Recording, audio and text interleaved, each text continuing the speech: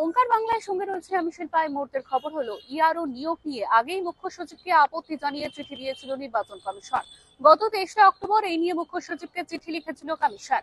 কেন এসডিও নিচের র্যাঙ্কে নিয়োগ, প্রশ্ন তুলে চিঠি নির্বাচন কমিশনের। শুক্রবার ইআরও নিয়োগে বেনিয়মের অভিযোগ তুলে এক্স চ্যানেলে পোস্ট করেন শুভেন্দু অধিকারী।